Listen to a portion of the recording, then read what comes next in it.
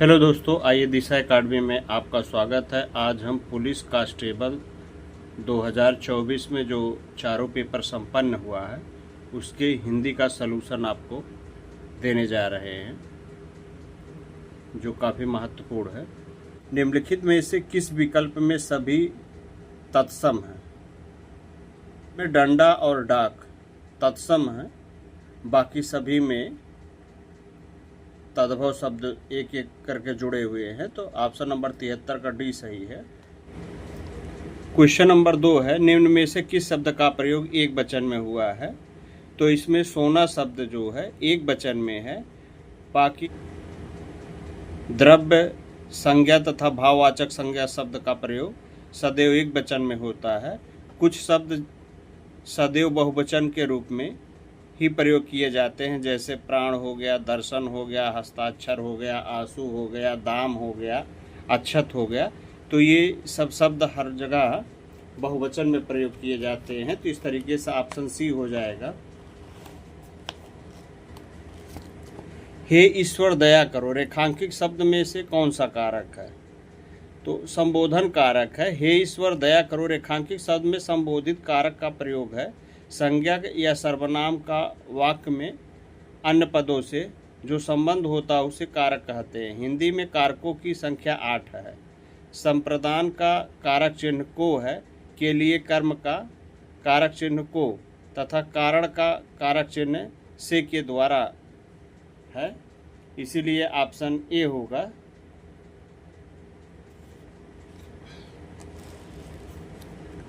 निम्न में से तद्भव शब्द कौन सा है?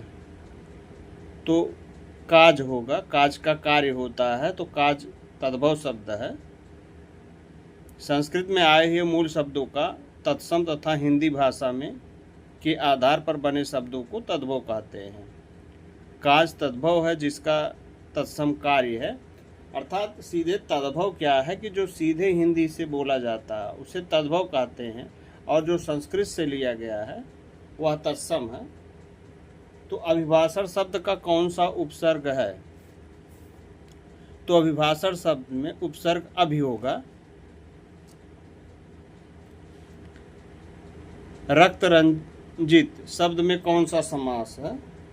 तो तत्पुरुष समास है, क्योंकि रक्त में तत्पुरुष समास में उत्तर प्रधान होता है तथा दोनों पदों के बीच कारक चिन्ह लुप्त हो जाता है। तो ऑप्शन ए सही है 83। क्वेश्चन नंबर 84 है, क्यों कब कौन में सर्वनाम के उदाहरण क्या है? तो ये प्रश्नवाचक है, क्योंकि क्यों कब कौन क्वेश्चन करके प्रश्न पूछा जाता है। तो ऑप्शन 84 का सी सही है। क्वेश्चन नंबर 85 है कि मदिरालय शब्द में संधि विच्छेद का चयन कीजिए। तो इसमें मदिरा धन आलय है, ऑप्शन डी सही है। तो जैसे कालांतर काल धन अंतर होता है, हिमालय में हिम धन आलय होता है, पुस्तकालय में पुस्तक धन आलय होता है, भोजनालय में भोजन धन आलय हो जाता है।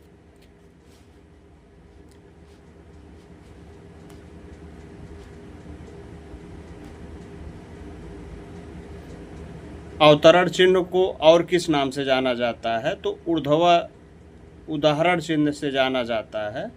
आप इस तरीके से चिन्हों को देख लीजिए, चिन्ह से क्वेश्चन पूछा जा रहा है। निर्देशक चिन्ह किसे कहते हैं? बीच में बड़ी पाई रहती है। कोष्टक चिन्ह किसे कहते हैं? आप जानते ही हैं। योजक चिन्ह किसे कहते हैं? छोटा से लगा रहता बीच में। अवधारण चिन्ह किसे कहते हैं? दोनों तरफ से कॉमन किया रहता है। ऊर्ध्व विराम चिन्ह किसे कहते हैं? अंक वाला रहता है, उसमें कामा होता है। उसके बाद सत्सह्य शब्द में किस प्रकार के संख्या बोधक विशेषण का प्रयोग किया गया है? तो समुच्चय बोधक विशेषण का प्रयोग किया गया है, जैसे 7 लोगों का समूह का इसमें जिक्र किया जा रहा है। राधा ने पायल से चिट्ठी लिखवाई, इस वाक्य में कौन सी क्रिया हो रही है?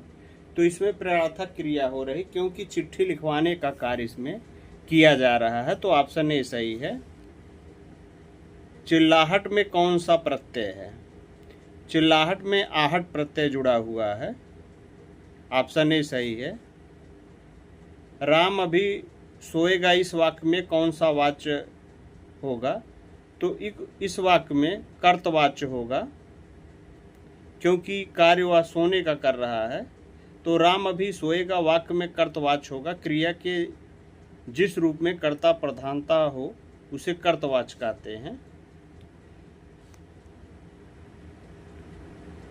तिल का ताड़ बनाना मुहावरे का अर्थ है साधारण बात को चढ़ा बढ़ाकर कहना। जैसे क्या है कि कोई आदमी थोड़ी चीज़ें देखता है तो उसको इतना चढ़ा बढ़ाकर बता देता है कि उसको अति का अत्य कर देता है। क्वेश्चन नंबर 92 है, परोक्ष का विलोम है। तो परोक्ष का विलोम प्रत्यक्ष होता है। ऑप्शन डी सही है। चमड़ी जाए पर दमड़ी न जाए लोकोक्ति का अर्थ निम्नलिखित में से कौन सा है? तो अत्यधिक कंजूस होना है इसका सीधा अर्थ। क्रोध किस रस का स्थायी भाव है? तो क्रोध रौद्र भाव का स्थायी भाव है।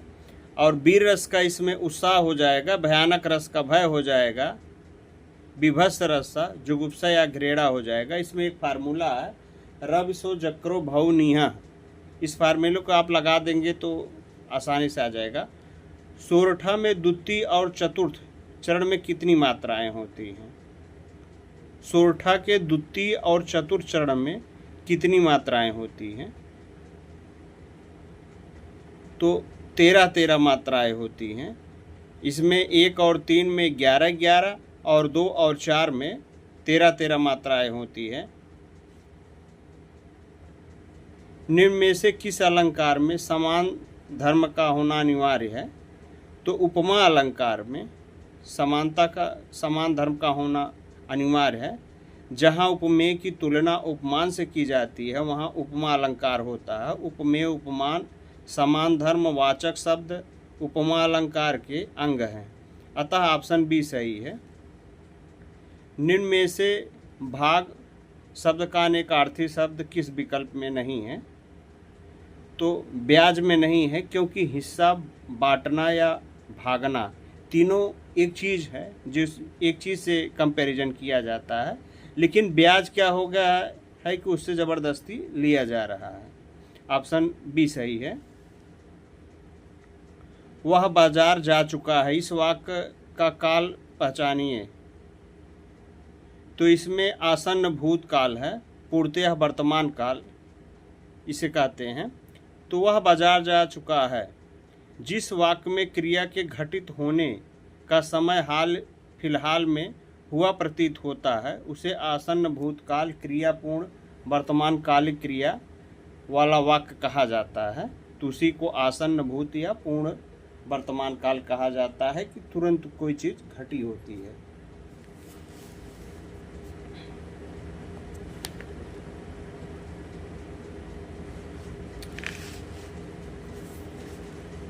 निम्नलिखित गद्यांश को पढ़कर पूछे गए प्रश्नों के उत्तर दीजिए। तो 99 से 103 है, तो आप लोग इसको देख लीजिए, उसके बाद हम आंसर बता देते हैं, क्योंकि नहीं ज़्यादा टाइम लग जाएगा।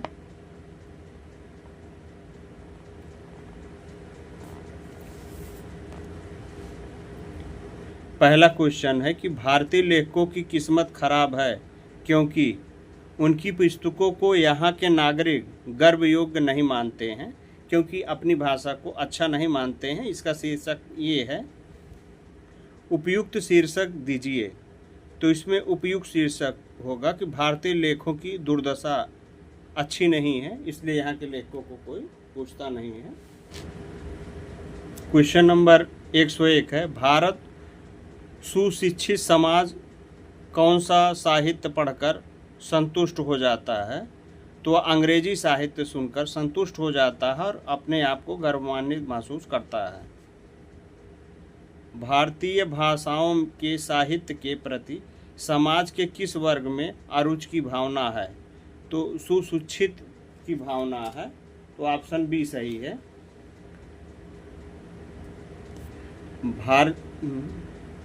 भारतीय भाषाओं के लेखक अमेरिकी, यूरोपी तथा चीन बर्मा जापान के लेखकों से भी हीन है।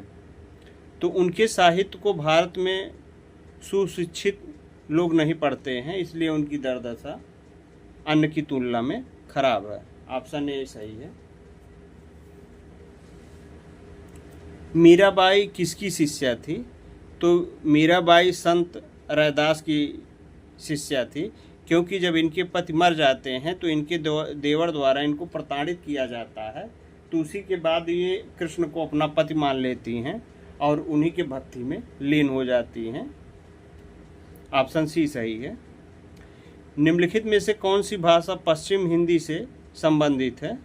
तो बांगरू भाषा पश्चिम हिंदी से संबंधित है। बांगरू भाषा पश्चिम हिंदी से संबंधित है।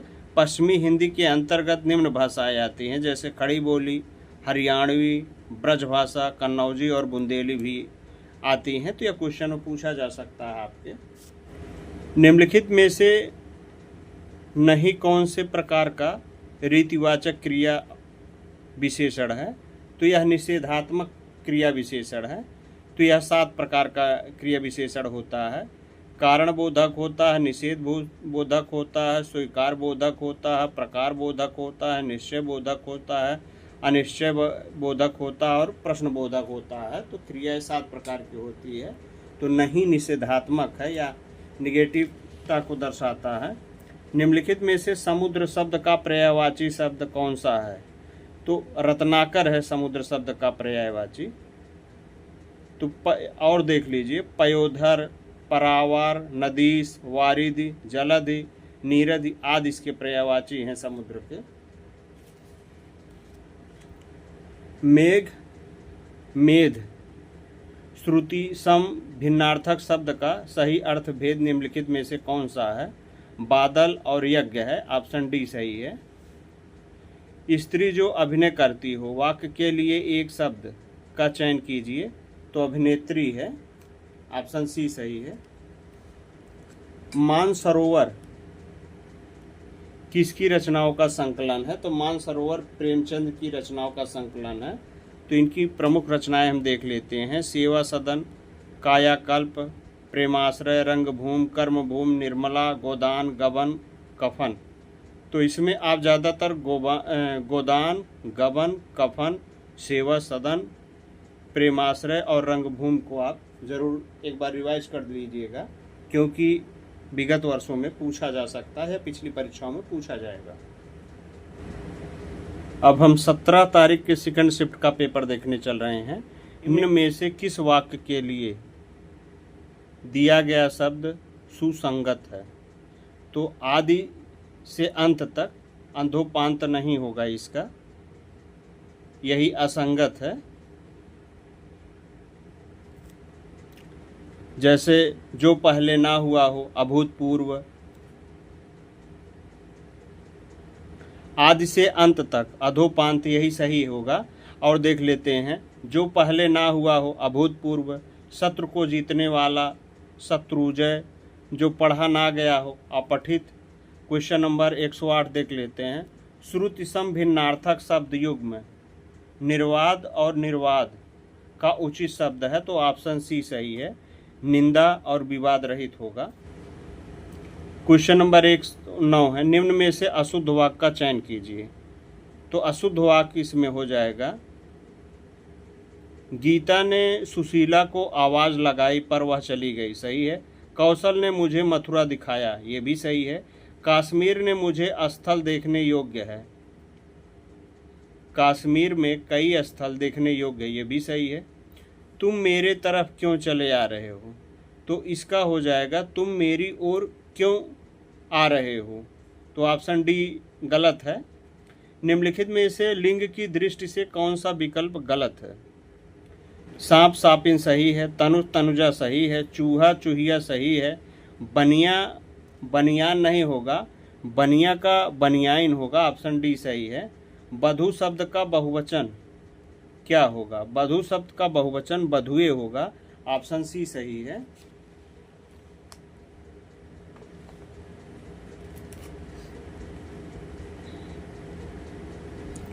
माँ ने बच्चे को मिठाई दी, रेखांकित शब्द में से कौन सा कारक है? तो संप्रदान कारक है।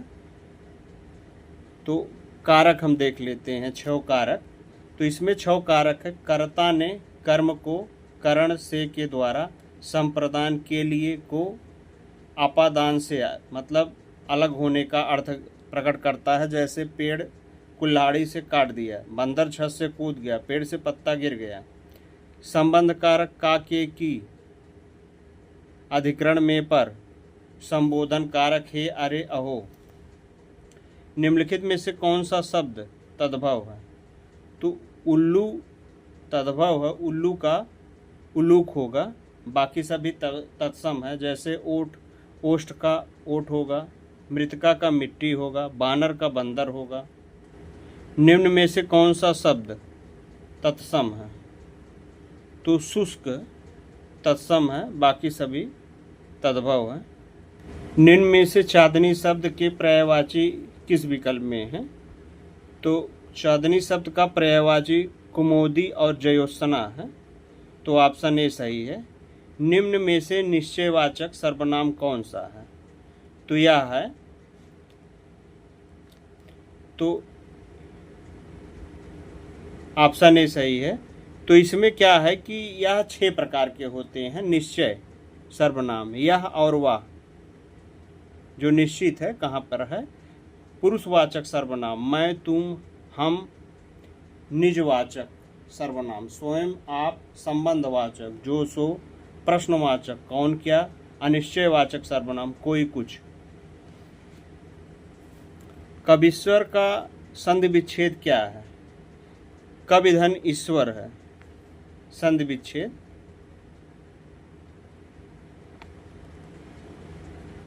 क्या कोई तारे गिन सकता है वाक्य में किस चिन्ह का प्रयोग किया गया है? तो प्रश्न सूचक चिन्ह का प्रयोग किया गया है। ईमानदार शब्द में कौन सा विशेषण है? तो गुणवाचक विशेषण है।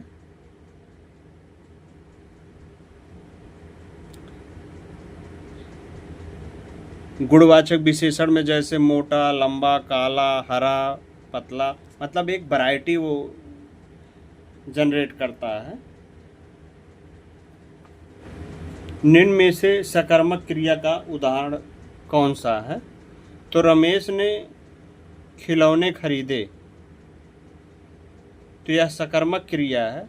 वह छत पर है, कोई कार्य नहीं कर रहा। राम मंदिर अयोध्या में बना है, तो कार्य नहीं कर रहा है। साथी सो रहा है, तो भी कार्य कर नहीं रहा है। तो रमेश ने खिलौने खरीदे, तो ये खिलौना खरीदने कार्य कर रहा है, इसलिए सकर्मक क्रिया है। भौतिक शब्द का कौन सा प्रत्यय है? तो भौतिक में ई प्रत्यय लगेगा। ऑप्शन डी सही है। निर्भिमान शब्द में कौन सा उपसर्ग है? तो निर उपसर्ग है। जैसे अतिरिक्त में अतिधन रिक्त हो गया, स्वतंत्र में स्वधनतंत्र हो गया, अध प्लस खिला में अधखिला हो गया। निम्नलिखित में से किस विकल्प में सही समास विग्रह नहीं है? तो यज्ञशाला यज्ञ के लिए शाला सही है। वेद पुराण वेद और पुराण सही है। नवनिधि 9 प्रकार की निधियाँ, ये गलत है। देह लता लता रूप रूपी देह, ये भी सही है। 9 निधियों का समूह हो जाएगा।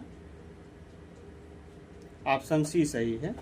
आकर्षण का विलोम है, तो आकर्षण का विलोम विकर्षण हो जाएगा। ऑप्शन डी सही है। सब और विपत्ति का होना इस अर्थ के लिए सही लोकोक्ति निम्नलिखित में से कौन सी है? तो आगे कुआं पीछे खाई इसके लिए उपयुक्त है। ऑप्शन बी सही है।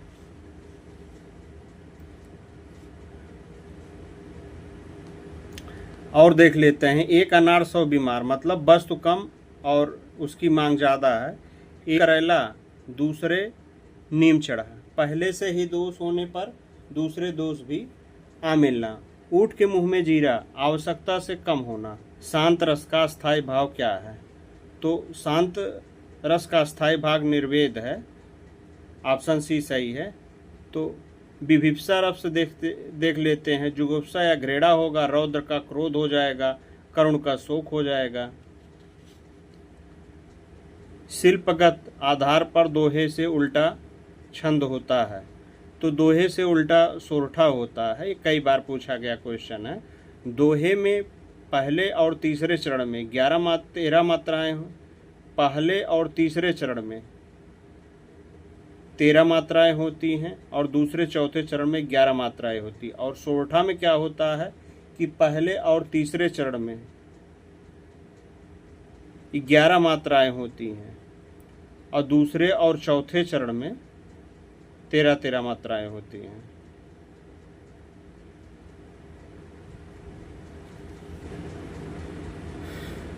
रहीमन पानी राखिए, बिन पानी सब सून, पानी गए न उबरे, मोती मानस शून। तो यह श्लेष अलंकार है। निम्नलिखित में से कौन सा शब्द अनेकार्थी शब्द का भेद से संबंधित नहीं है? तो प्रकार अनेकार्थी शब्द के भेद से संबंधित नहीं है। गाय मीठा दूध देती है, यह वाक्य किस हाल का है? तो सामान्य वर्तमान काल का है। ऊषा से पढ़ा नहीं जाता, वाक्य में कौन सा वाच्य है? तो यह भाववाच्य है, भाव दे रहा है, कुछ से यह कार्य नहीं हो पा रहा है। कान पर जूं ना रेंगना, मुहावरे का अर्थ निम्नलिखित में से कौन सा है? कुछ असर ना होना, जैसे भैंस का आगे बीन बजाओ भैंस खड़ी पगुराए। तो इसके बाद आप लोग देख लीजिए, निम्नलिखित गद्यांशों को पढ़कर पूछे गए प्रश्नों का उत्तर देखिए। तो गद्यांश हम नहीं पढ़ रहे हैं, आप लोगों को दिखा दे रहे हैं गद्यांश, आप लोग पढ़ लीजिएगा। इसका सीधे आंसर हम देखते हैं। गद्यांश का उचित शीर्षक दीजिए। तो गद्यांश का उचित शीर्षक महात्मा गांधी के श्रम संबंधी विचार हैं। समस्त का पर्यायवाची शब्द क्या है? तो संपूर्ण होता है। महात्मा गांधी का समस्त जीवन दर्शन श्रम सापेक्ष था, आशय स्पष्ट कीजिए। तो महात्मा गांधी के सभी विचार श्रम पर आधारित थे। गांधी जी पापी किसे मानते थे? तो श्रम ना करने वाले को पापी मानते थे। गद्यांश के आधार पर चोर की परिभाषा क्या है? बिना श्रम भोजन करना। वह बिल्कुल थक गया है, इस वाक्य में कौन सी क्रिया विशेषण है? तो परिमाणवाचक क्रिया विशेषण है। वह बिल्कुल थक गया, इस वाक्य में परिमाणवाचक क्रिया विशेषण है। जो अभिकारी शब्द किसी क्रिया के परिमाण अथवा निश्चित संख्या का बोध कराते हैं उन्हें परिमाणवाचक क्रिया विशेषण कहते हैं। जैसे बहुत, अधिक, पूर्णतया, सर्वथा इसके पहचान है। निम्न में से मृदु शब्द का पर्यायवाची शब्द कौन सा नहीं है? तो सम्मिश्रण, कोमल, मुलायम, ये तीनों हैं, कूल नहीं है। ऑप्शन सी सही है। आप लोग ऑप्शन ध्यान से पढ़िएगा। श्रुति सम भिन्नार्थक शब्द युग्म दिन, दीन का सही अर्थ निम्नलिखित में से कौन सा है? तो दिन का दिवस होता है और दीन का गरीब होता है। तो ऑप्शन सी सही है। आंखों के सामने वाक्य के लिए निम्नलिखित में से सही शब्द क्या होगा? तो प्रत्यक्ष होगा। आंखों के सामने वाक्य के लिए सही शब्द प्रत्यक्ष होगा। जो दृष्टि से परे हो उसे परोक्ष कहते हैं। पंचवटी निम्न में से किसकी रचना है? तो मैथिली शरण गुप्त की रचना है। तो मैथिली शरण गुप्त की महत्वपूर्ण रचना देख लेते हैं। साकेत है, यशोधरा है, नहुस है, विष्णुप्रिया है, सैरंध्री है और रत्नावली इत्यादि है। दूसरा देख लेते हैं, क्वेश्चन नंबर 143। निर्जाकृत निम्नलिखित में से किसकी है? तो महादेवी वर्मा की है। और महादेवी वर्मा की अन्य रचनाएं देख लेते हैं। तो निर्जा 1930 में, रसीम 1932 में, सांध्य गीत 1936 में और इन्हें 1982 में ज्ञानपीठ पुरस्कार मिला था। ये क्वेश्चन पूछा गया है। हिंदी भाषा किस भाषा से उन्नत होती है? तो अपभ्रंश भाषा से उन्नत होती है।